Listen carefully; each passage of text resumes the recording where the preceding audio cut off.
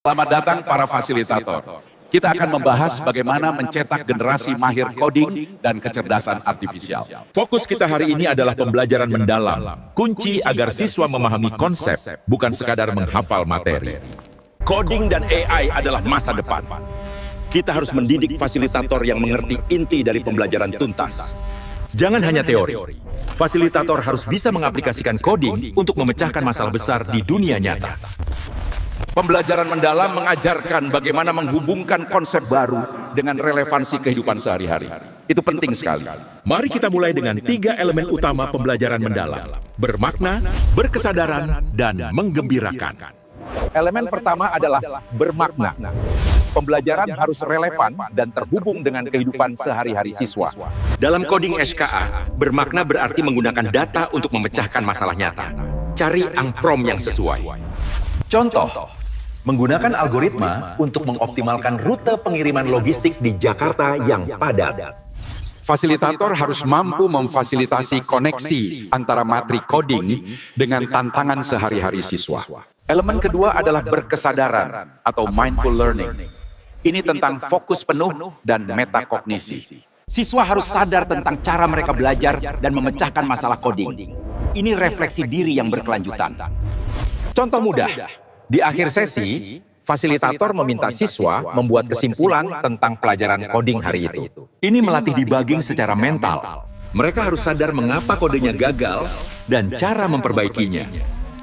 Elemen ketiga yang paling menyenangkan adalah menggembirakan atau joyful learning. Pembelajaran harus menyenangkan, interaktif, dan menantang. Ini akan merangsang motivasi dan kreativitas siswa. Gunakan coding untuk membuat proyek yang membuat penasaran, seperti merancang aplikasi untuk perjalanan ke Mars. Ingat, pengalaman belajar yang positif adalah fondasi penting untuk memotivasi siswa kita secara berkelanjutan. Ketiga elemen ini adalah dasar yang harus fasilitator coding terapkan di setiap sesi pengajaran mereka. Sekarang, mari kita bahas 3 tahapan pengalaman belajar dalam pembelajaran mendalam secara menyeluruh. Tahap pertama adalah memahami. Di sini, siswa aktif membangun pengetahuan esensial dan nilai karakter. Dalam konteks coding atau KA, ini adalah memahami arti, karakteristik, dan prinsip kerja teknologi tersebut. Fasilitator harus memastikan siswa tidak hanya menghafal sintaks, tetapi memahami logika di baliknya. Jika mereka mengerti prinsipnya, mereka bisa menggunakannya di berbagai proyek, bahkan yang belum terpikirkan. Tahap kedua adalah mengaplikasikan. Ini adalah inti dari pembelajaran mendalam, menerapkan pengetahuan di dunia nyata. Di sini, siswa memilih perangkat coding dan KA yang tepat untuk mengeksekusi solusi dari persoalan nyata. Fasilitator harus menantang siswa dengan skenario yang menuntut kreasi dan implementasi teknologi canggih. Ingat, penerapan coding yang berhasil di lapangan akan meningkatkan kepercayaan diri dan kemampuan siswa. Tahap ketiga yang sangat penting adalah merefleksi. Ini tentang mengevaluasi hasil dan proses praktik nyata. Merefleksi melatih kemampuan self-regulation. Siswa mandiri dalam mengelola dan memperbaiki proses belajarnya. Fasilitator harus meminta siswa menganalisis apakah ada solusi lain yang lebih optimal untuk masalah ini.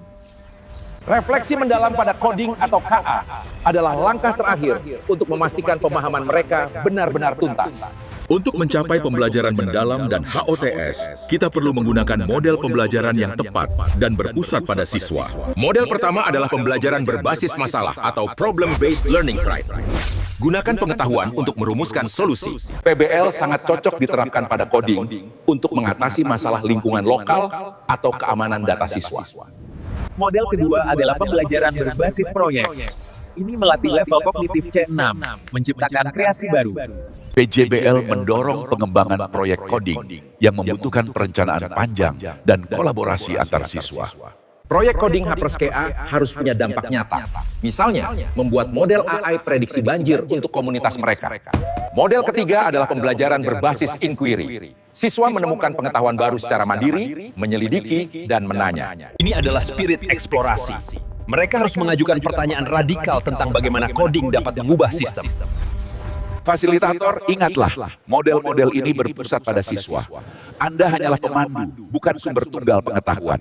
Kesuksesan coding Have10KA terletak pada bagaimana fasilitator mampu mengintegrasikan 3 elemen dan 3 tahapan PM. Mari kita persiapkan diri untuk menghadapi sesi praktik. Kita akan segera menerapkan teori ini pada kasus nyata. Ingat, selalu dorong siswa Anda untuk berpikir di luar batas.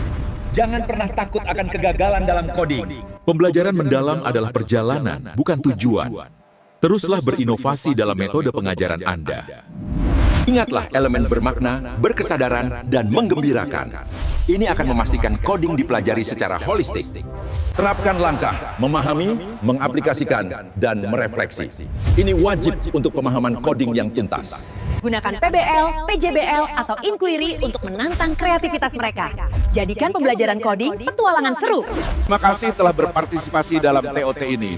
Anda adalah kunci membentuk masa depan Indonesia yang digital dan cerdas. Ayo, mulai hari ini. Jadikan setiap sesi coding dan kecerdasan artifisial menjadi pengalaman belajar yang mendalam.